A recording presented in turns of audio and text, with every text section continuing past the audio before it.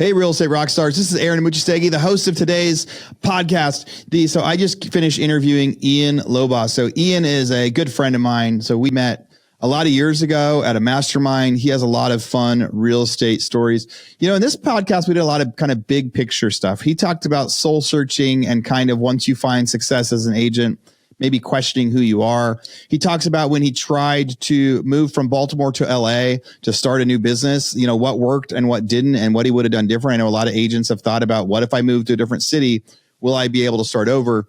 He goes into that quite a bit, and if you stay till the end, near the end, he started talking about ways that he really was able to build a database from scratch. I thought it was really, really interesting. And I do think that it's a method that anybody could use. So without further ado, I hope you love today's episode of the Real Estate Rockstars.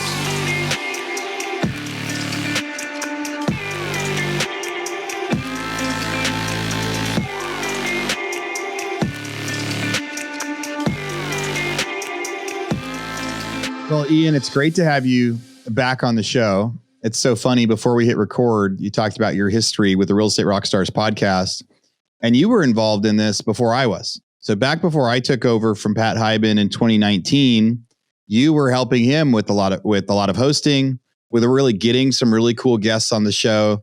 You went to these like kind of podcast conventions, and a lot of the guys from like $1 Million Listing who ended up getting on the show and getting interviewed, those were guys that you had pitched and you had tracked down and convinced them into coming on, like some of the biggest names that we've had on the show ever.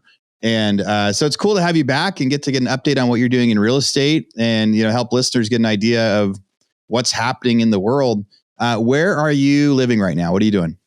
I'm in Baltimore, back in Baltimore. So you're back in Baltimore, and that's kind of a big change, right? You were in Baltimore and then did you go to California for a little while? Yeah, I went to LA for 2 years, and then I missed the community. I missed $3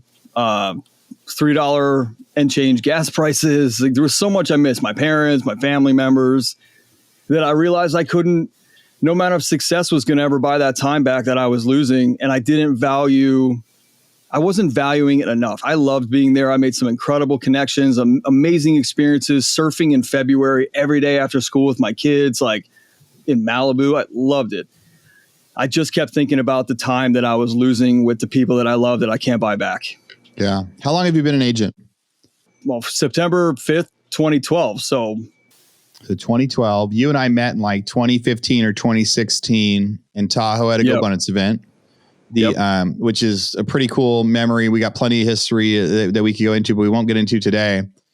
But before we get into like what you're doing now and real estate, I'm guessing there might be a story around LA and like what you learned and what you didn't, not just along the personal basis. My understanding is when you moved out there, you had a great business going in Baltimore, but you wanted to move to LA and kind of start a new real estate business, kind of start from scratch. How did that go? What worked? What didn't work? Because I think a lot of agents actually do that, right? Especially right now when the market's starting to get tight or more difficult, or maybe people are doing great and they're looking for other opportunities. I think there comes a time when people are considering, hey, maybe I should move and go do my business somewhere else. So what was that like? I mean, my business in Baltimore, my sales business was doing amazing. I just didn't love who I was in the business. And that's all on me, right? It's not blaming anything. It's just, I didn't love the person that I was showing up as. So let me just kind of preface it with that. Yeah, what do you mean? I wasn't being authentic me. I was people pleasing. I was so desperate for, and a lot of agents are going to relate with this. I was so desperate for the approval of these clients, the next deal, the next check, to make me feel like I was valuable and that I was important and approved of. That just started wearing on me hard, because there was a big resistance between the real estate agent that would go out the front door and then the person that would come back home. And I'm like, God, I don't want to keep doing this. Like, the money has this hold on me though. It's so good. And now I have all these employees and I have all these clients that are, counting on me and considering or continuing to come back. I built my own golden handcuffs, and I just hated myself for it. And I hated who I became. And I know that's getting really deep real fast, but I know a lot of agents out there. I've coached thousands of agents around the world. I know so many of them feel like that. There's an imbalance in their lives between their real estate business and their personal life. Yeah. And most people in general, not just real estate agents, but most people in general are trying to figure out, who am I without all these things that are on the outside, without my real estate business, my family, my house, my car, my suit, my this. Like, is there a person in there, or am I just the sum of all these things? And I was getting, honestly, after a couple psilocybin and ayahuasca ceremonies, I started really thinking about that hard. Like, who am I really? If all this stuff got stripped away and like none of my life as I know it was there, would I be okay with who was staring in the mirror back at me? And the answer was no. Yeah. So I set out on this mission to find me, the human, right? And that's why my company is called The Irreplaceable Leader, is because I wanted to find the irreplaceable version of me that no one else could be like, because they're not me. They don't have my essence. They don't have my DNA. They don't have my personality, all that stuff. What makes me me? And then apply that to real estate, or that to my coaching business, or whatever it is. So I set out to be the irreplaceable man, the irreplaceable father, the irreplaceable leader, the irreplaceable husband, and the irreplaceable real estate agent that I knew I could be, I was capable of being, I just didn't know how to do it. And so that was my journey for many years, was trying to figure that out. And then once I figured that out and really learned what made me authentic, I stopped caring about what people thought about me, who I didn't really know. And I started really paying attention to the people that actually cared about me, like really about me, not the person that gets them that deal or can negotiate hard, or the aggressive real estate agent that'll go door knock, for 3 hours around an open house. But like, they valued me as a human.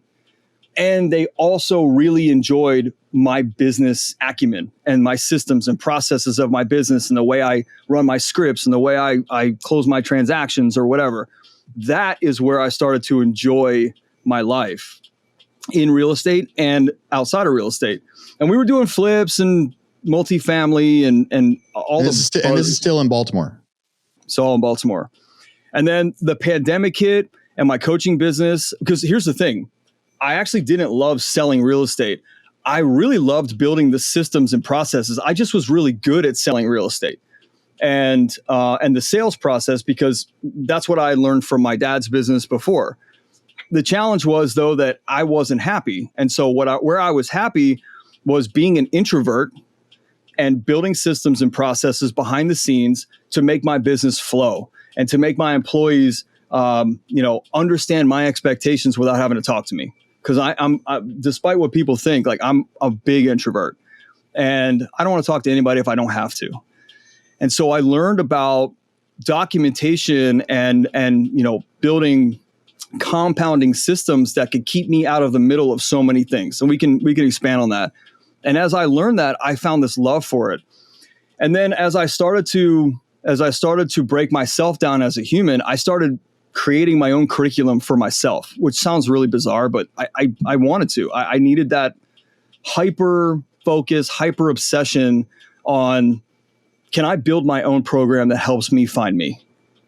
And then I built a coaching business because people started noticing changes, and they were like, well, how'd you do it? Who'd you go to? And I said, truthfully, as defiant as I am, I did it myself. I figured out my own program. I figured out my own exercises, and I stayed very disciplined and very diligent. I set consequences for myself, time frames.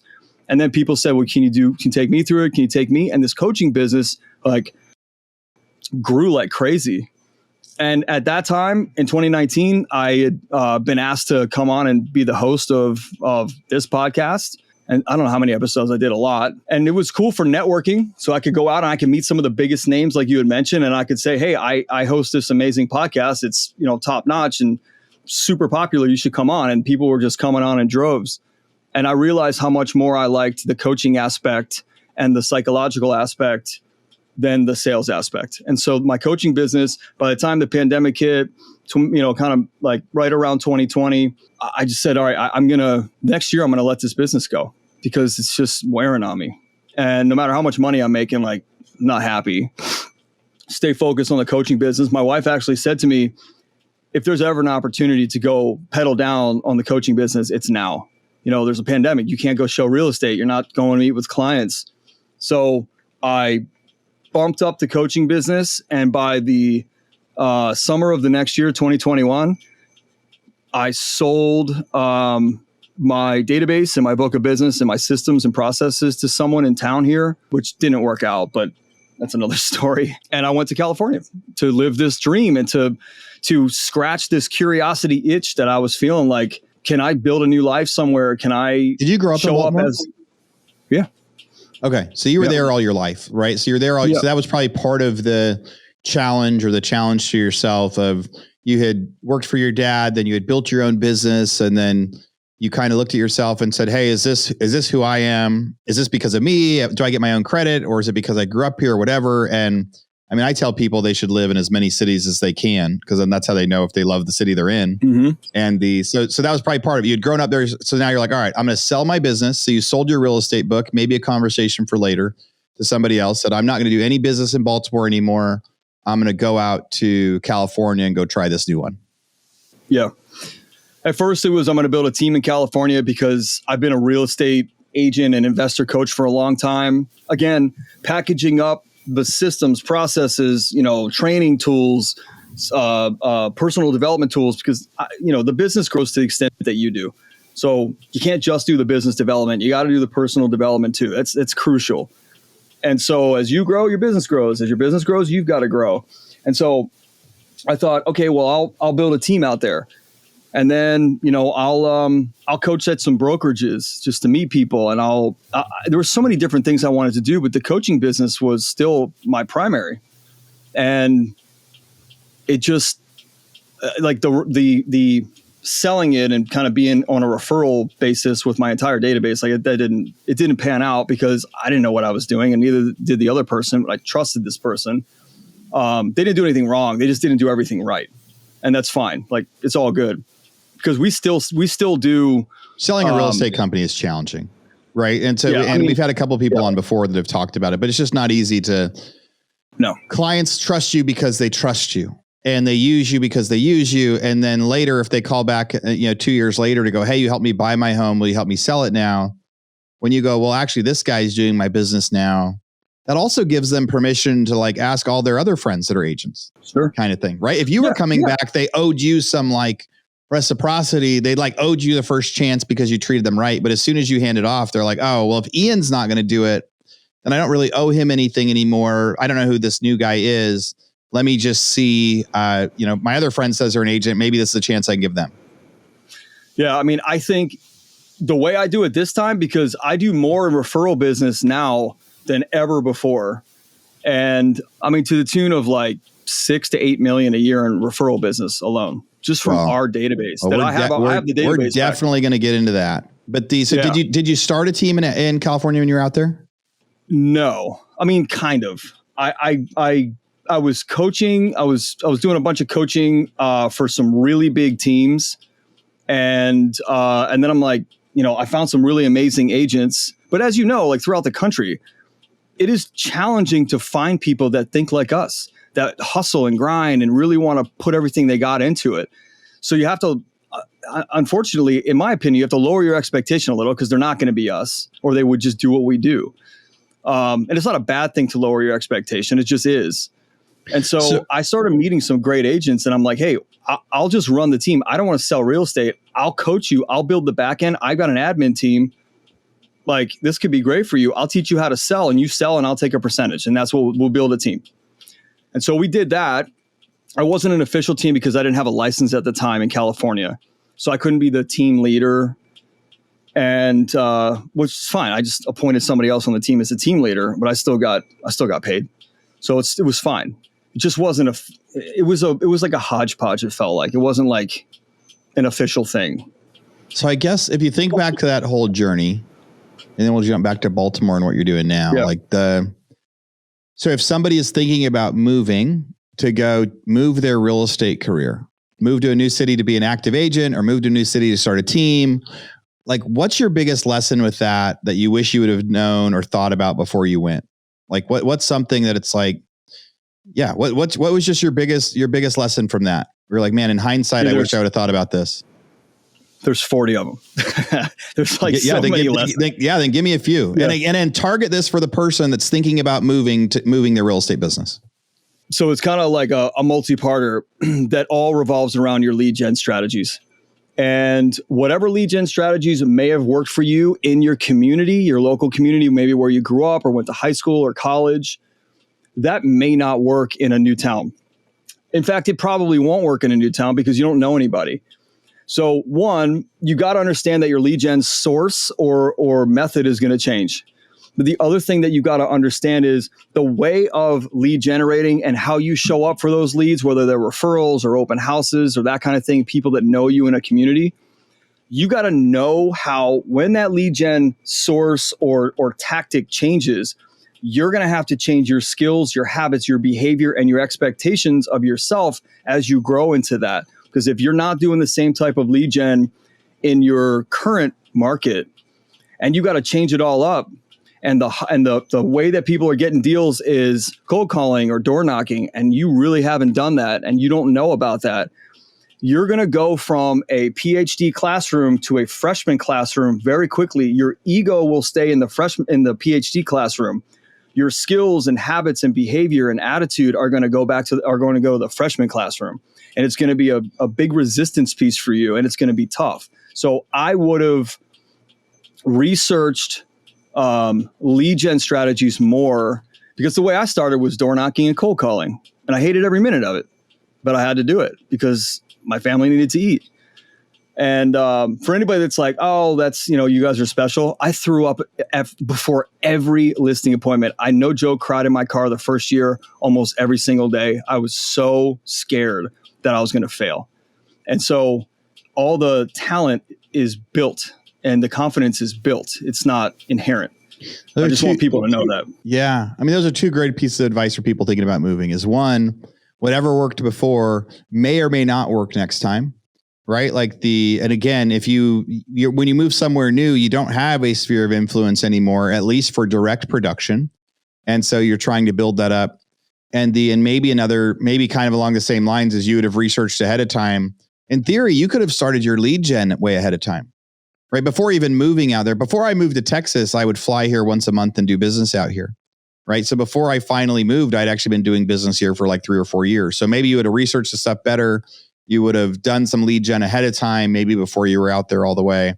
And then also learn. And I guess most of the biggest part is probably humbling yourself and saying, no matter how successful I've been here, when I move, all bets are off. The same thing might work, but it more likely probably won't.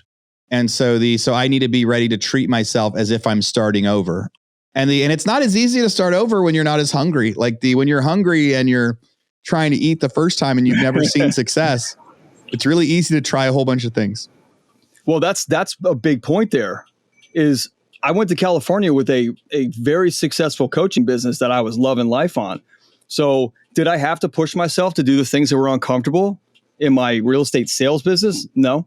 And did I really want to sell real estate? No. I wanted to build a team that helped others sell real estate, because that's what lights me up more, is the coaching and the guidance and the mentorship and the leadership aspect versus actually going on a listing appointment or a buyer consultation or something like that.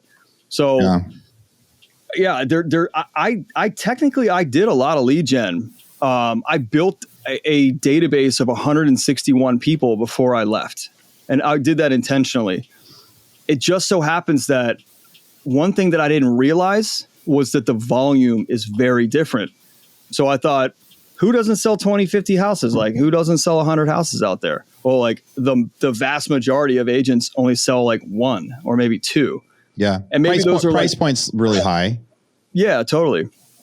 So I was moving to like the heart of the big money LA, or big money houses, right? Beverly Hills, Bel Air, West Hollywood.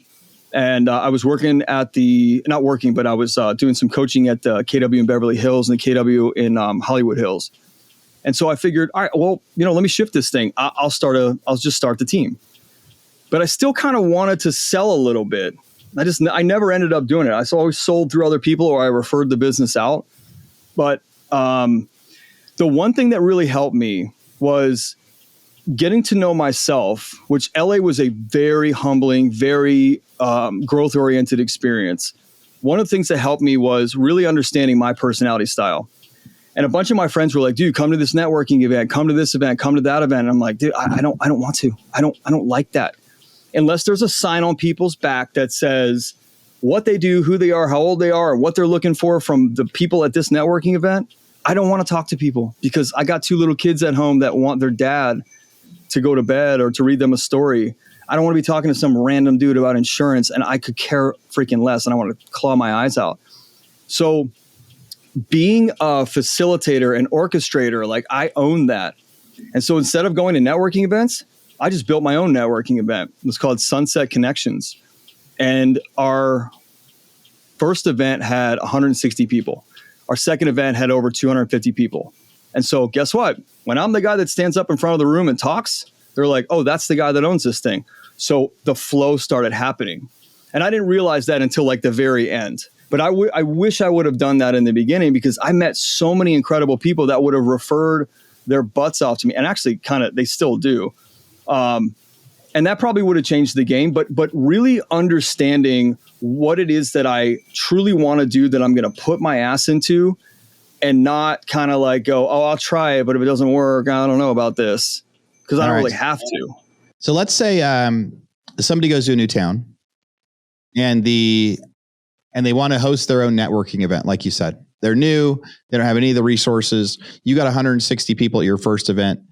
What was the event, and how did you get people there?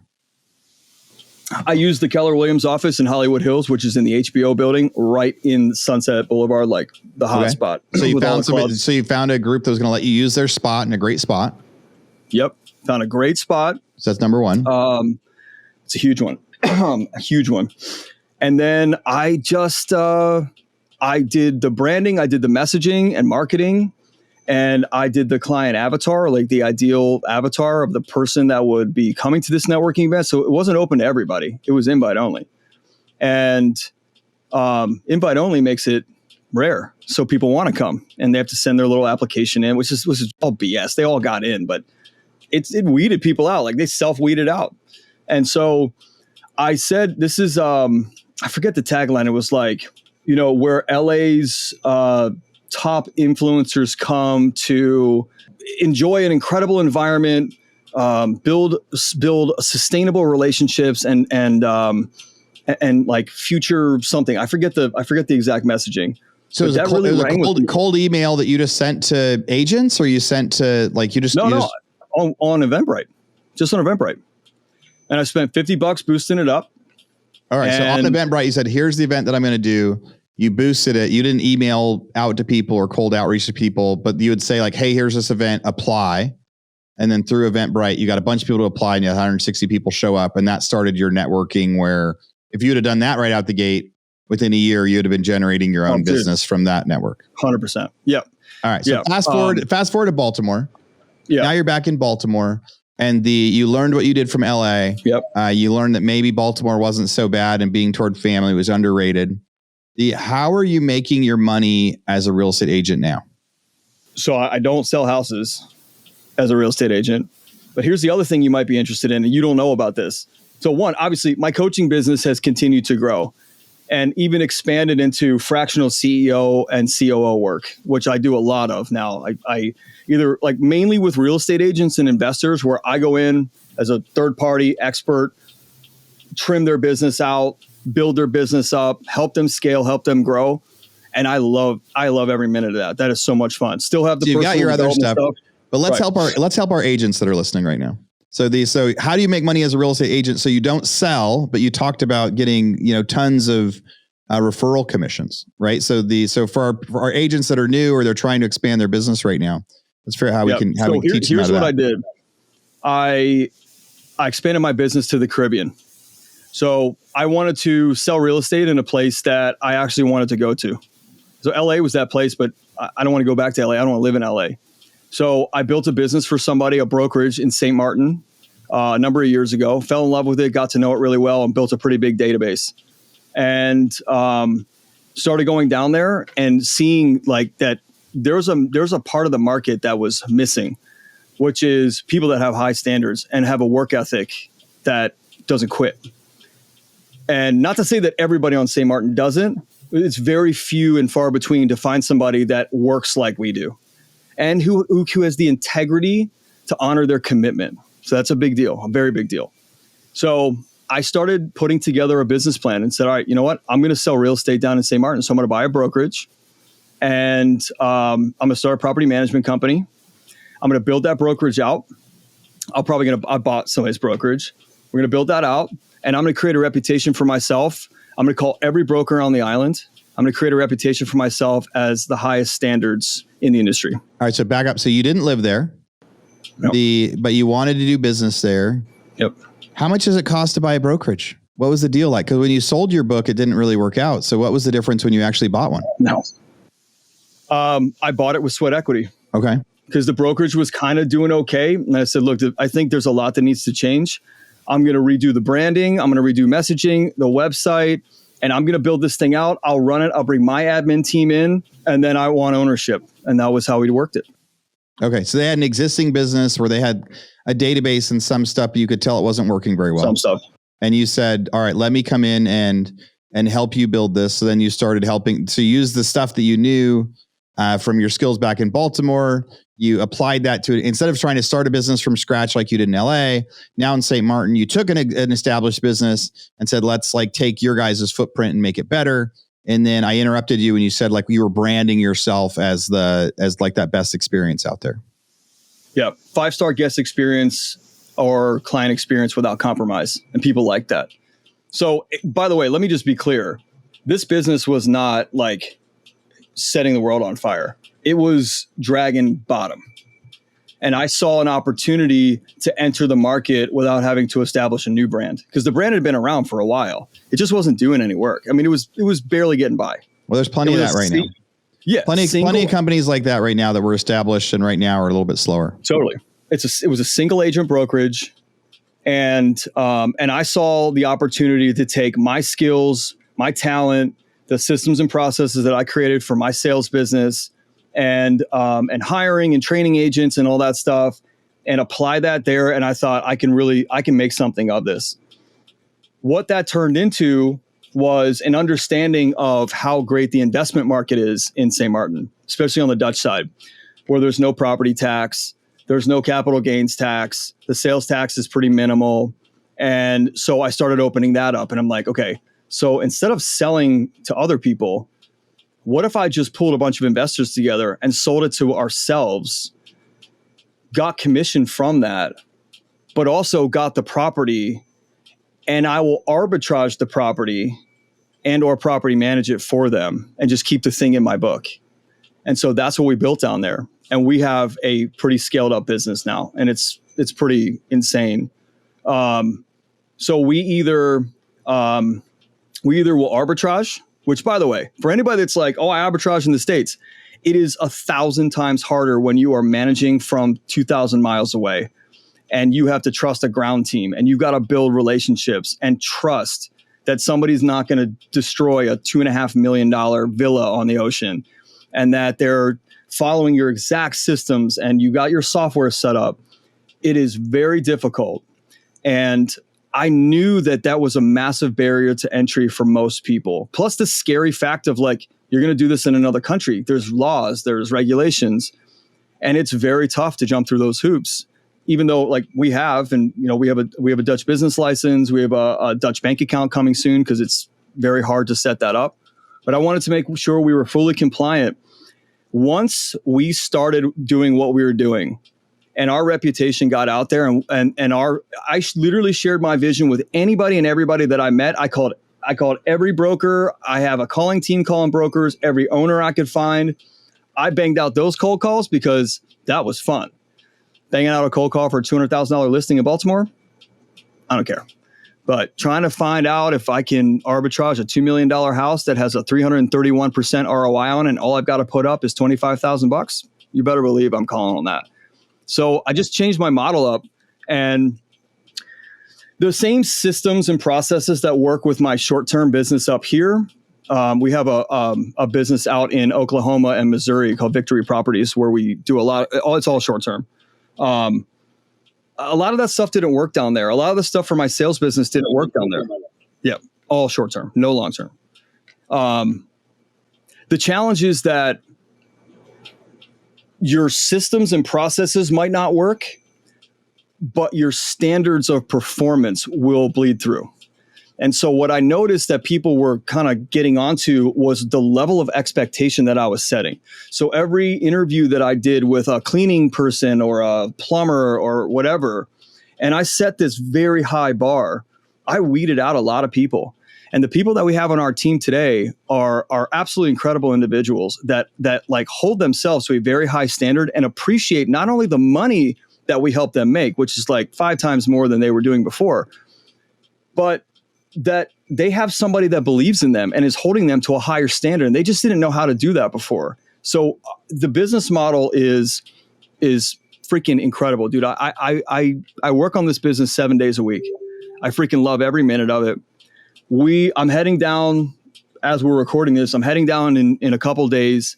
We're onboarding 7 new properties this week or next week, 10 in the pipeline to onboard 2 weeks later, 15 in the pipeline for November. We'll be at 50 by the end of December. And like now our reputation is growing and growing. And now we're getting people that are like, hey, my friend started doing property management, or hey, you rented my buddy's villa. Can you rent our villa? So our team is incredible on the back end. Our processes are, they're obsessive. As like the least explanation, they're obsessive. So you've taken your real estate business as originally you were an agent, and then it was a team.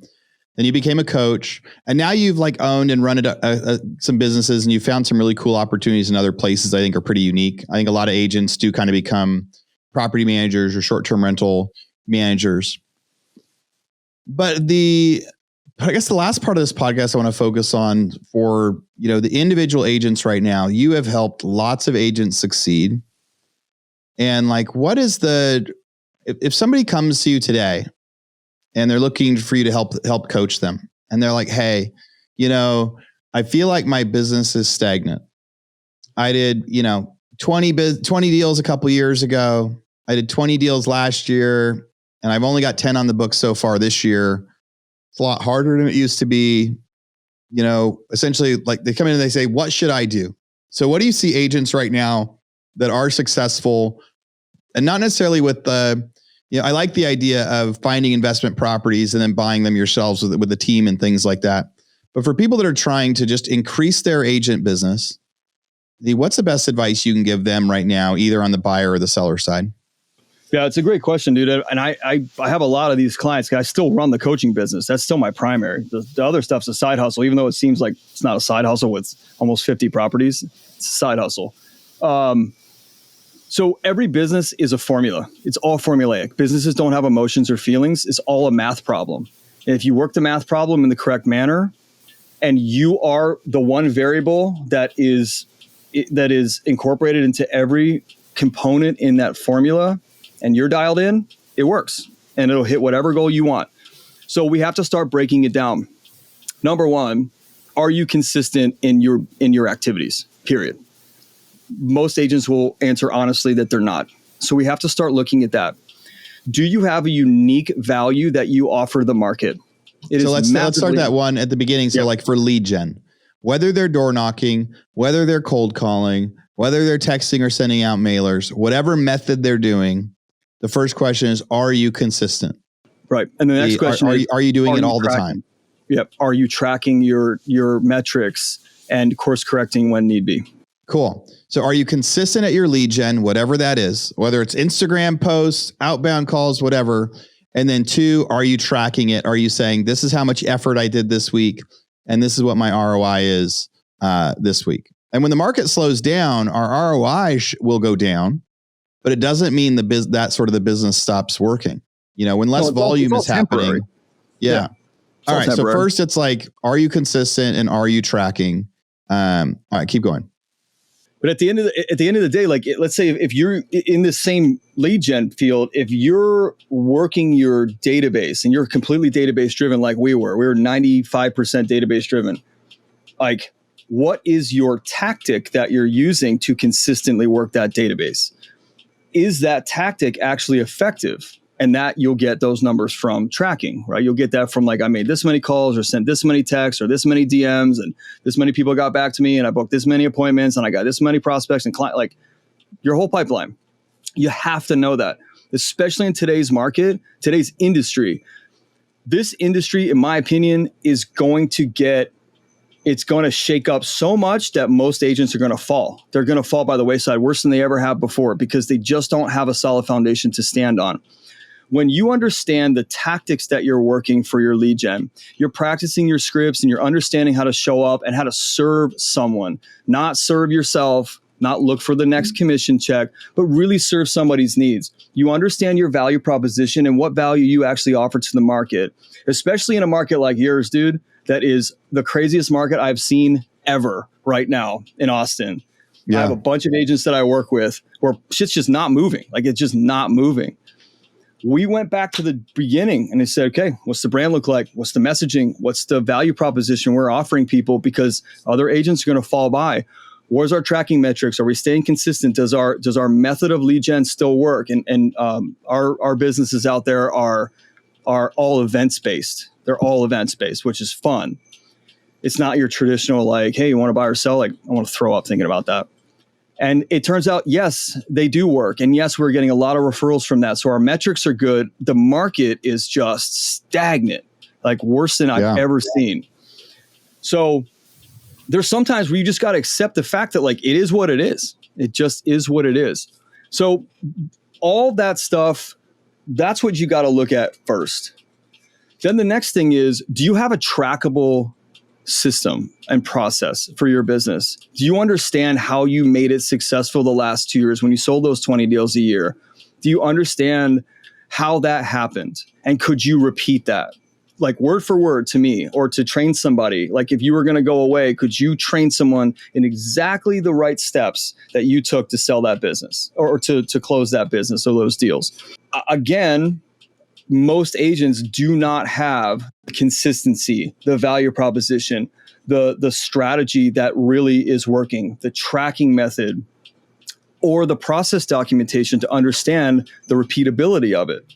So one of the things that we work on with agents who, like I work with agents in LA who have $100 million businesses that are in debt because they're blowing every dime because they don't have a financial process.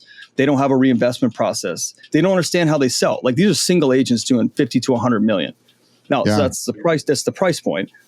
But once they understand this is how I do this, that's when an admin can come in and start taking stuff off your plate. That's when a buyer agent can come in or a showing agent can come in and you can teach and train them your exact ways. The leader's job is to set expectations and hold accountability, not manage. You want to get self-managed people with great attitudes who are coachable. I want to set my expectations and just hold accountability based on metrics every week. That's all I want to do. And that's what I do today.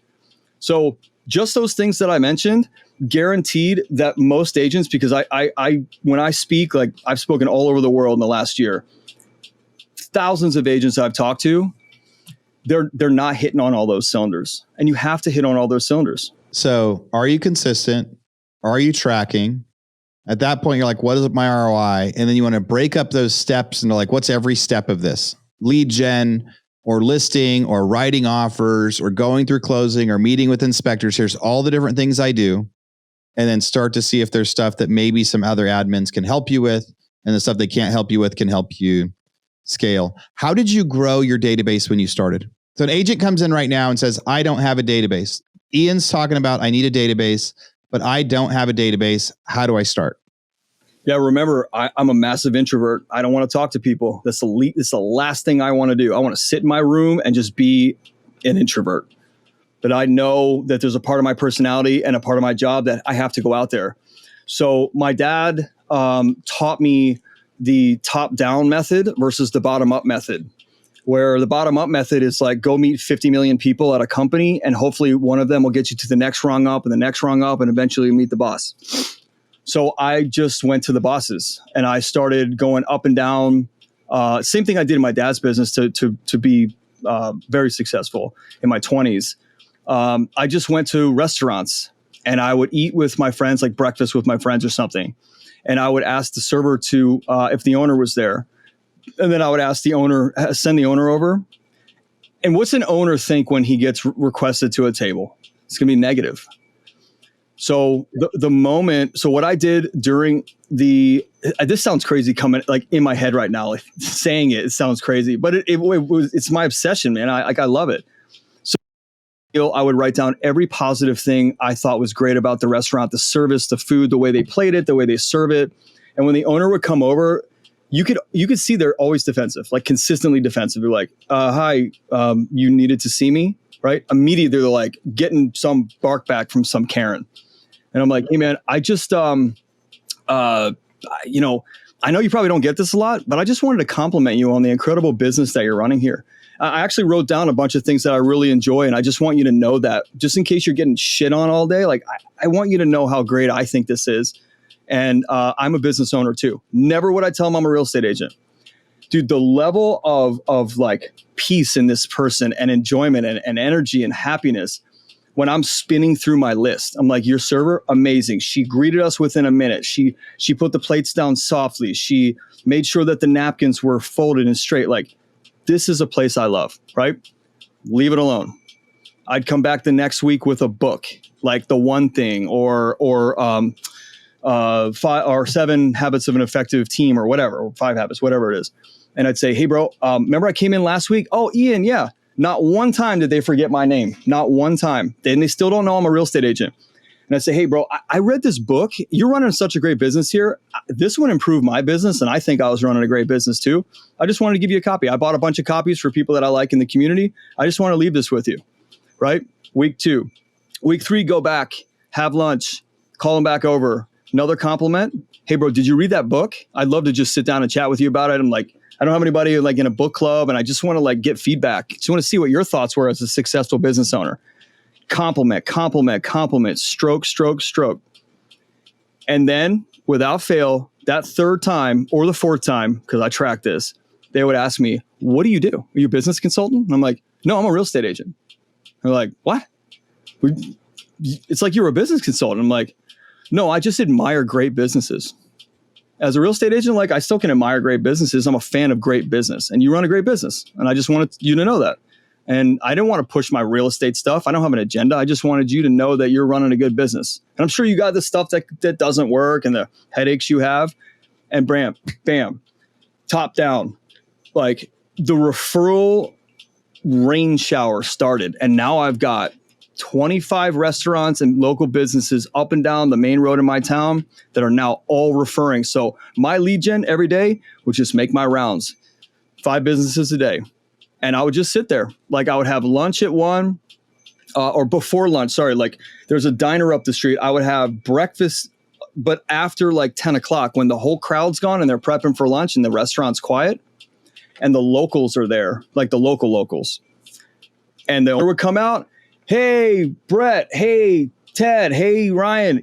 This is a great real estate agent I was telling you about. You got to meet him. Sign. Like it was like clockwork, man. It was awesome.